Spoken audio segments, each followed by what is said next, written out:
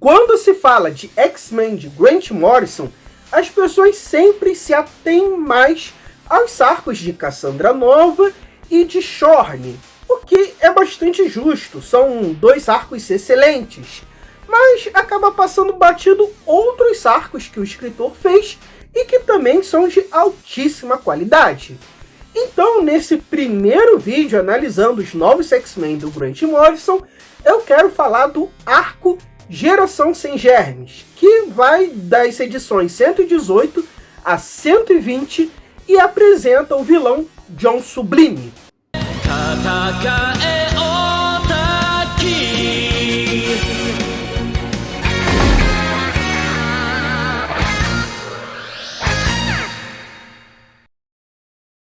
John Sublime é um milionário que está fazendo muito sucesso com o seu livro A Terceira Espécie.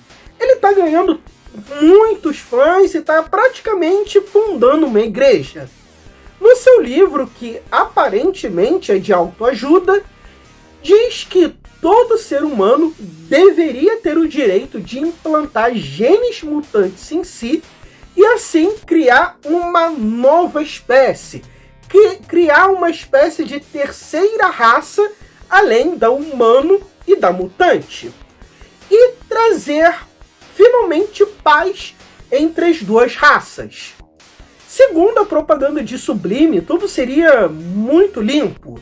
Uma doação de sangue, uma doação de medula, uma doação de órgão de algum mutante que acabou falecendo por causas naturais, e assim, em poucos anos, todos os seres humanos teriam habilidade e a humanidade alcançaria voos jamais imaginados. Essa terceira via, Sublime chama de Homo Perfectus, ou o codinome que ele gosta de dar de U-Man, sabe? U-Man, que dá aquele som de humano em inglês. Ou uma tradução mais antiga pela Panini, que é O-Man. Cara, é genial essa tradução. Se pararmos para pensar, essa ideia do John Sublime faz bastante sentido, principalmente no universo Marvel, onde existe um monte de super-herói que tem superpoderes e não são mutantes, e a maioria do grande público não tem uma explicação para isso.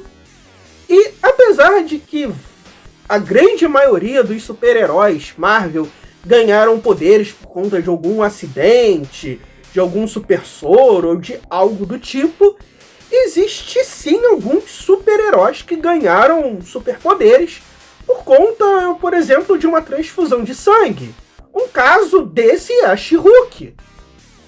Então, num cenário assim, faz sentido que pessoas desejem o sangue ou o DNA de algum super-herói, ou que saqueiem tumbas de vilões e heróis caídos para tentarem pegar o seu DNA e também ganhar poderes. Essa sacada do Grant Morrison foi muito boa. O livro de Sublime logo ganha vários fanáticos e vemos na TV a notícia de um menino nerd que sofria bullying na escola porque ele gostava de ler quadrinhos e ver animes. Afinal, é uma história do início dos anos 2000, hoje isso seria a coisa mais normal do mundo. Esse menino matou esse aluno que supostamente é um mutante com poderes de raio-x, e a intenção do menino era implantar esses olhos nele e assim ele ganhar superpoderes. Só que ali durante o discurso dele para as pessoas, você vê que na verdade era pura inveja. Ele tinha inveja daquele aluno porque ele era um atleta muito promissor, e você também vê ali uma homofobia, porque esse atleta também era gay. Ou seja, a gente vê um incel, red pill, frustrado querendo ser especial, e com isso ele acaba matando um gay para tomar algo dele para tentar ser especial, e ele acha que esse algo especial são os poderes mutantes, mas o que ele queria na verdade era popularidade e o corpo daquele gay padrãozinho. Essa história se passa pouco depois do professor Xavier sair do armário e revelar para todo mundo que ele também é um mutante e que a sua escola, na verdade, é uma escola preparatória de mutantes. Só que o Xavier não está presente nessa história. Ele resolveu ir dar uma passeada lá em Shi'ar para aliviar a cabeça. Mais ou menos. Eu vou explicar melhor isso quando eu fazer um vídeo sobre a Cassandra Nova, que deve sair mais em breve. Em frente à mansão Xavier, vemos várias pessoas protestando, inclusive repetindo as mesmas frases e termos que vimos na história Deus ama, o homem mata, com forte teor religioso e chamando os mutantes de demônios. E também há pouquíssimo tempo os sentinelas tinham matado 16 milhões de mutantes em Genosha, sendo Magneto uma das supostas vítimas, e Magneto acabou ganhando status cult social, estampando várias camisetas e lancheiras de criança, enquanto os X-Men despencaram ainda mais em popularidade perante a opinião pública. John Sublime está envolvido com vários assassinatos, sequestro e tráfico de órgãos mutantes, principalmente na China. Ele mata uma antiga X-Men chamada Riske, ou Risco, dependendo da tradução, que é uma poderosa mutante. E também vemos, durante alguns quadros, que ele tentou alguns implantes mutantes, como por exemplo, asas de anjo, provavelmente para tentar dar um ar mais sublime às pessoas que estão seguindo quase que numa espécie de culto. Ao ser confrontado por Ciclope e Emma Frost, Sublime apenas elogia os mutantes, diz como os X-Men são belos, poderosos, confiantes, e como, com a liderança deles, a humanidade avançaria passos enormes, alcançariam as estrelas. Porém, é muito injusto que as pessoas normais também não tenham superpoderes, porque se todos tivessem, todos poderiam viver em paz e pararem de brigar entre si. O que Sublime faz é muito similar à família Armitage em Korra.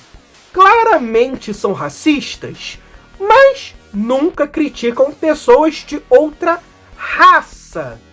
Apenas os elogiam como são fortes, bonitos, atléticos, talentosos. E assim como no filme, o objetivo é ter os seus corpos. Afinal, para eles, é um desperdício deixar tanto talento genético bruto com essa gente. Mas apesar do paralelo com o filme, que só sairia 20 anos depois, a história brinca com assuntos da época, como a ovelha Dolly, primeira clone que permaneceu viva, e os estudos sobre células-tronco. Muito se debateu no início dos anos 2000 se ricos não manipulariam geneticamente seus filhos para que eles nascessem mais belos, atléticos ou inteligentes, ou mesmo se não se clonariam para viver eternamente. Várias produções da cultura pop falam sobre isso. Uma delas, por exemplo, é a saga da Mestis, de The King of Fight, onde o protagonista é um clone modificado e vemos vários homens modificados, assim como a Shocker fazia lá em Kamen Rider. Sublime aproveita a deixa e usa o cérebro de Risco para inutilizar Ciclope e Emma Frost. Afinal, ele tinha ali 2 mutantes nível ômegas belíssimos para ele tomar para si, ou então para vender para algum ricaço que pagasse melhor. No arco, ainda temos uma história secundária do Wolverine indo recrutar uma mutante chamada Angel. Ela vive com um redneck negro e sofre os mesmos preconceitos que a gente espera de sulistas americanos.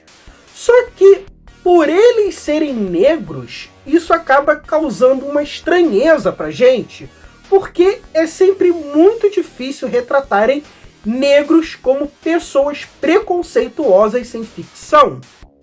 O pai da menina é um cara completamente nojento, abusador sexual, agressor, queima as costas da menina com ponta de cigarro, deixando ela lotada de queimaduras. Ele é uma pessoa realmente detestável. E os poderes da Angel é asas de inseto e vômito ácido, o que acaba trazendo mais repulsa ainda para si mesmo e para sua família, que a rejeita completamente. Angel faz alguns paralelos queer aqui. Ela sabe que é mutante, mas ela não consegue se aceitar. Ela acha isso nojento, se acha suja. Algo típico de alguns LGBTs que tiveram uma criação muito religiosa, que tiveram a vida toda dizendo que isso era errado, que isso era inaceitável. Então eles negam isso para dentro de si e tentam fazer uma espécie de negociação com Deus. E como não dá para escapar disso, muitos acabam tirando a sua própria vida. E provavelmente a Angel iria se matar se não fosse os X-Men ali naquela hora. E, cara, isso é muito pesado e é muito real. Só que o Grant Morrison não facilita. Ele não criou uma personagem fácil de ser abraçada por todo mundo. Não, a Angel é uma personagem muito irritante, muito preconceituosa, muito ingrata. Pode-se dizer até que ela é muito nojenta. Até por conta dos seus poderes, suas marcas de queimadura na sua pele, acaba facilitando esse asco que a gente tem dela. Muitas vezes a gente, assim como Wolverine, quer deixar ela para trás se ela se ferrar, mas a gente sabe que, ela é uma pessoa ferrada da cabeça e precisa de ajuda. Mas, sabe, me ajuda a te ajudar, Outra cena muito boa é o Wolverine e a Angel nessa lanchonete, e o dono dessa lanchonete, que também é um redneck, vem pedir para os dois se retirarem. Afinal, presença mutante está espantando clientes e a menina está vomitando ácido e destruindo toda a mobília do cara. Só que o pedido, na verdade, vem porque ver mutantes mexe com aquele homem. Ele diz que ele teve um filho que nasceu mutante, só que o filho dele nasceu com espinhos venenosos. E esses espinhos venenosos rasgaram toda a sua esposa e a matou envenenada. E com muita amargura no coração, ele acabou matando aquela criança porque ele acreditava que ela não conseguiria ser aceita na sociedade. O que acontece, na verdade, é que provavelmente esse homem apenas tomou ódio dos mutantes porque perdeu a sua esposa durante o parto do seu filho. E que se o seu filho, de repente, tivesse sido um mutante, que não tivesse uma aparência tão óbvia ou não tivesse matado a mãe durante o parto, ele acabaria aceitando bem aquele filho naquela condição. Porque, cara, vamos ser sinceros, você provavelmente conhece uma pessoa que foi tratada como um lixo pelo pai porque perdeu a mãe durante o parto. Eu conheço um monte. Então, cara, pelos quadros, pela emoção, pelo que o cara fala, pela entrega dessa quadrinização, eu acabo não conseguindo culpar esse personagem. Eu consigo entender ele, julgar que ele fez algo errado, mas eu consigo compreender. Então essa história secundária é muito boa, porque eu vejo uma pessoa que precisa de ajuda e eu acabo ficando com raiva dela, e vejo uma pessoa que fez algo terrível, inaceitável, e ainda assim eu consigo compreender e ter pena dele. Cara, é genial. Os Umen de Sublime vão atacar o Instituto Xavier, afinal o Instituto estava enfraquecido, sem Xavier, Ciclope, Emma Frost, Wolverine, o Fera estava machucado, e o Instituto Xavier é um grande rebanho de gene mutante. Atacar aqueles adolescentes que nem sabem controlar os seus poderes e tomar os seus órgãos e sangue era a coisa mais óbvia a se fazer para o pessoal que tem essa ideologia. E esses Umen que vão atacar lá, eles usam uma roupa parecida de astronauta. Na verdade, me lembra um pouco o Eternauta, daquele quadrinho argentino, eu não sei se tem alguma relação. E os Sumen usam isso para dizer que eles querem se afastar desses germes contaminados por mutantes. Esses caras que vão invadir, eles já têm alguns implantes mutantes que não são grandes coisa, só que eles acabam tendo o enorme azar de encontrar com a Jean Grey, que estava conseguindo ali dominar um pouco o poder da Fênix, expulsa todo mundo de lá muito facilmente, expulsam todos os Umens literalmente vomitados, cagados e pelados. E após se livrar do controle mental e da quase morte, Emma Frost pega Sublime e o joga de um prédio de mais de 20 andares, e o Ciclope nada faz para tentar impedi-la. Nessa época, há pouco tempo atrás, o Ciclope ele tinha sido dominado pelo Apocalipse e ele estava passando ali por uma espécie de balança moral desajustada. Então ele nem questiona se foi a vontade da Emma Frost, se foi algum controle da Risco, ele simplesmente deixa pra lá, porque o desejo dos três ali naquela época era matar aquele infeliz.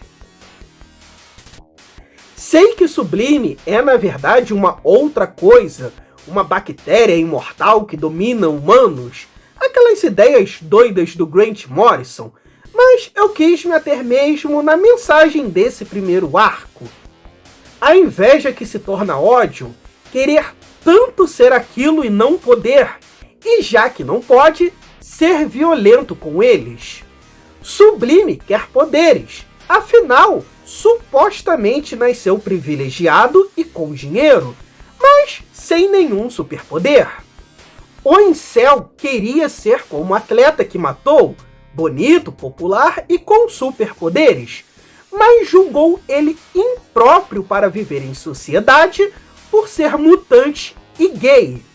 E como ele não podia roubar o corpo atlético do rapaz, pegou apenas os olhos. A comunidade LGBT sofre muito com isso, com pessoas que não aceitam seus desejos e são violentos com eles, principalmente as mulheres trans, que sofrem muitos ataques, muitas vezes de homens confusos com seu próprio tesão. Aqui também rola aquela invejinha da injustiça, porque eles, se não eu?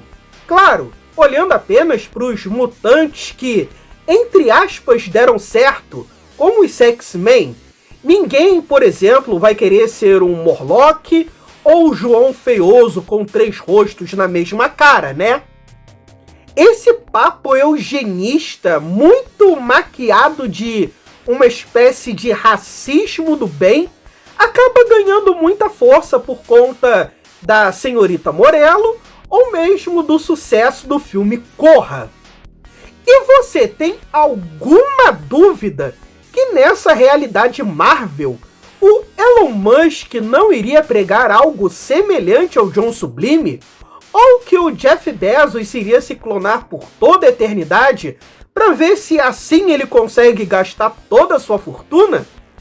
Essa história tem vários paralelos com a adaptação do arco Tolerância Zero de X-Men 97, um massacre em Genosha antes, X-Men caindo de popularidade para a opinião pública, mas Magneto supostamente morto, vilão jogado de um prédio, mas a queda podia ter sido parada por uma telepata.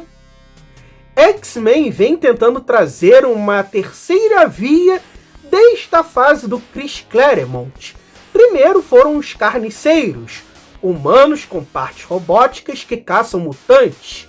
Depois vieram esses homos novíssimos, que são misturas de sentinelas com humanos, que eu acho uma viagem do caramba e não curto.